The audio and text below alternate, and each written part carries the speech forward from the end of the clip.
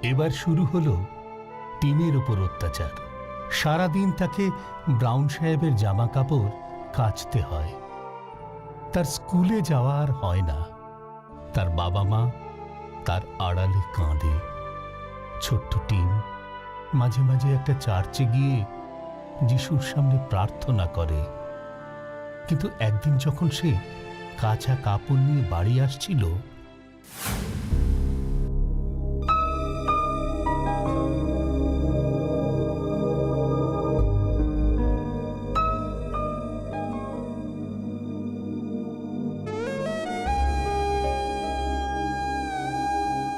ও বাবা, আমার নাতিটার একটাও জামা নেই গো।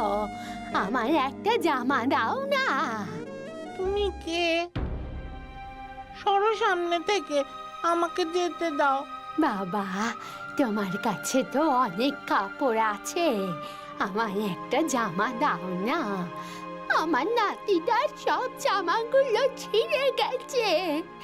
আমার কাছে জামা কেনার পয়সাও নেই।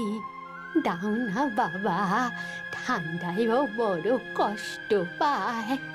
এগুলো তো আমার জামা কাপড় নয় বুড়িমা, ব্রাউন সাহেবের। আমি এগুলো এখন কেচে নিয়ে যাচ্ছি।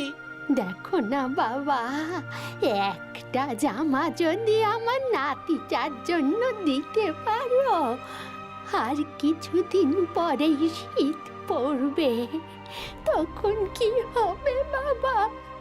দাও না, ভগবান তোমায় মঙ্গল করবেন। আচ্ছা, তাহলে একটা কাজ করো। আমি তো ব্রাউন সাহেবের জামা দিতে পারবো না তোমাকে। তুমি বরং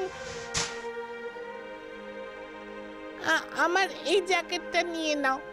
ঈশ্বর তোমার মঙ্গল করবেন বাবা, কিন্তু এইটুকু বয়সে তুমি জামা কাপড় কাচার কাজ করো?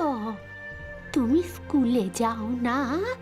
যেতাম বুড়িমা, কিন্তু ব্রাউন সাহেব আমাকে দিয়ে এখন তার নোংরা জামা কাপড় কাচাচ্ছেন।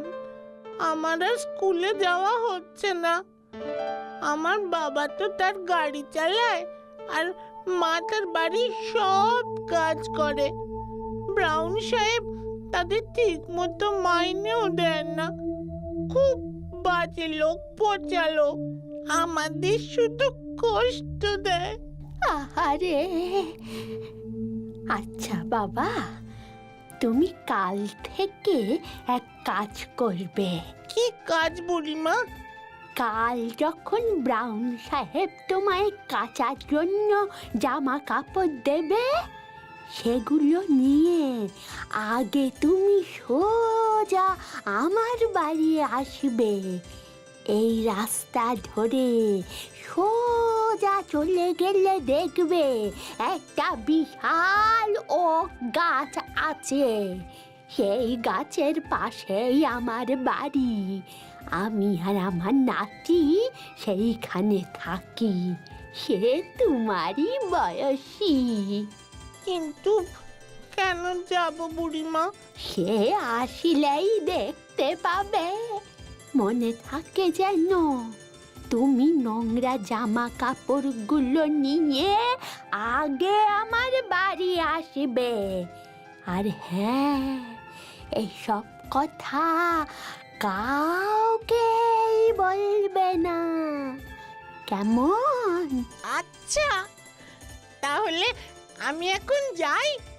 আচ্ছা বাবা। আহারে, ছোট বাচ্চাটা।